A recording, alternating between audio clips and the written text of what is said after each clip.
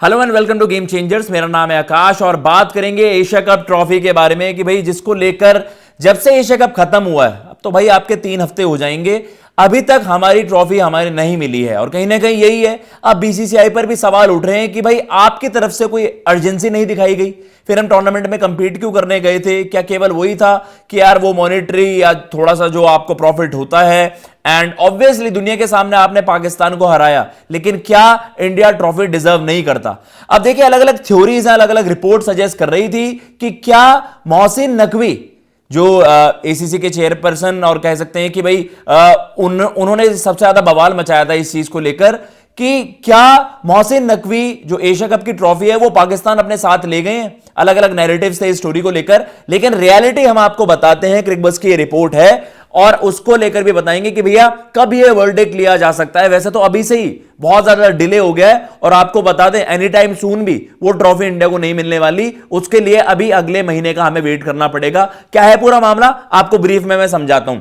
अब देखिए, ये जो आपकी एक एसीसी की एक एनुअल जनरल एजीएम मीटिंग थी, एनुअल जनरल मीटिंग थी, ये आपको 30 को पता है, जो पहले डिस्कार्ड कर दी गई थी। उसके बाद ये 30th ऑफ सितंबर की हम बात कर रहे हैं, तब ये चर्चा होनी थी और तब आपका भाई वुमेन्स वर्ल्ड कप का भी आगाज होना था। हमारे जो बीसीसीआई के जो भी रिप्रेजेंटेटिव्स थे वो उसके जरिए आप कह सकते हैं कि ऑनलाइन वहां पर उस मीटिंग से जुड़े, लेकिन उसमें कुछ कंक्लूजन निकल कर नहीं आया। उसमें जो पता चला वो यही था कि जो भी एशिया कप में जो मेंबर्स हैं, जो टेस्ट प्लेइंग नेशंस हैं, उनके मेंबर्स टू बी स्पेसिफिक, वो इस कंक्लूजन पर आएंगे। उसको लेकर वो चर्चाएं होंगी कि भैया किस तरीके से इस मामले को पूरा सॉर्ट आउट किया जा सकता है। और जिसमें हमने देखा कि भाई मोहसिन नकवी टस से मस नहीं हुए और कहीं ना कहीं अभी भी इस बात पर एज ऑफ नाउ क्लैरिटी नहीं आई है कि इंडिया को ट्रॉफी कब मिलेगी। जो एशिया कप की ट्रॉफी है वो मोहसिन नकवी ने, जो एसीसी का ऑफिस है, वहां पर ही प्लेस की हुई है, लेकिन उन्होंने जो एसीसी का स्टाफ है उनको इंफॉर्म कर दिया है और उनको एक आप कह सकते हैं ऑर्डर ही दे रखा है कि भैया ये मेरे ऑथराइजेशन के बिना वहां से नहीं रवाना हो सकती, इंडिया नहीं जा सकती।